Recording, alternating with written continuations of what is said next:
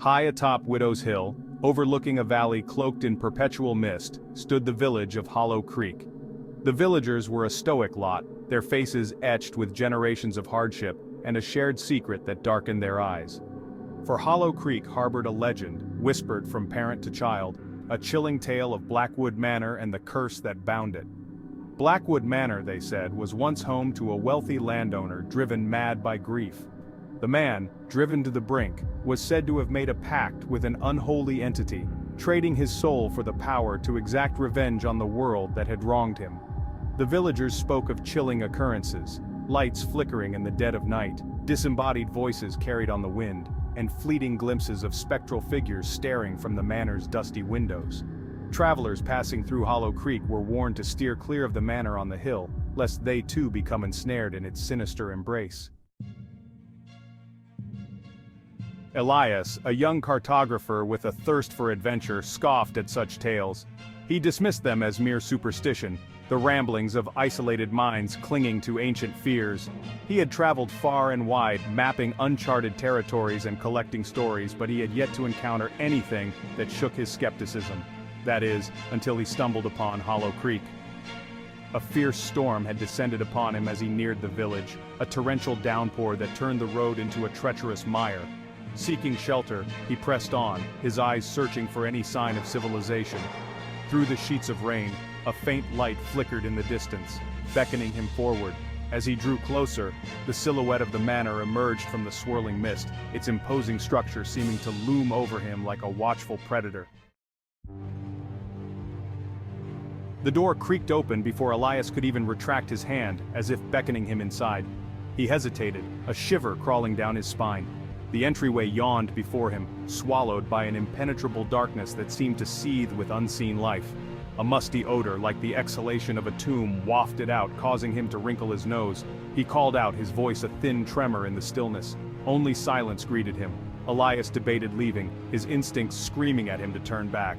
But the storm raged on outside, and something about the desolate manor tugged at him, a morbid curiosity he couldn't ignore.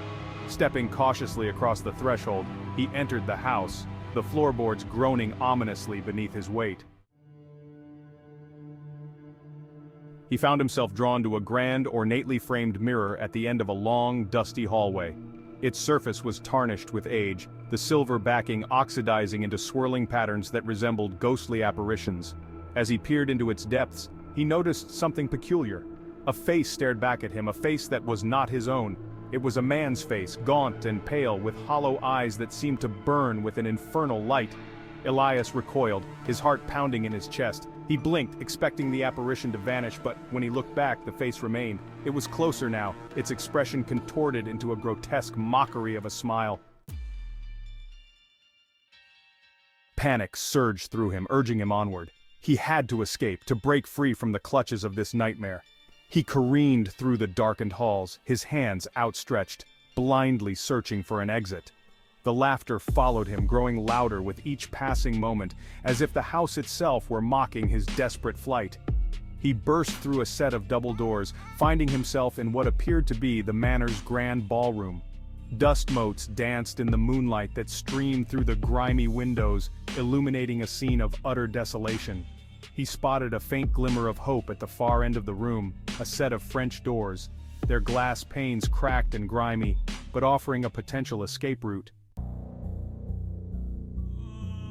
He didn't hesitate, didn't look back. He plunged into the storm, the icy rain washing over him, the wind whipping at his clothes. He ran until his legs gave out, collapsing in the mud at the side of the road, his chest heaving. As he lay there, catching his breath, he dared to look back. The manor loomed in the distance, its silhouette a jagged scar against the tempestuous sky. Elias had faced storms before, both literal and metaphorical, but none had shaken him to his core like this. He eventually made his way back to civilization, his clothes torn, his body battered, but his spirit irrevocably scarred. Elias never spoke of his experience in detail, but he carried with him a solemn warning. Beware the allure of the unknown, for some doors once opened can never be closed.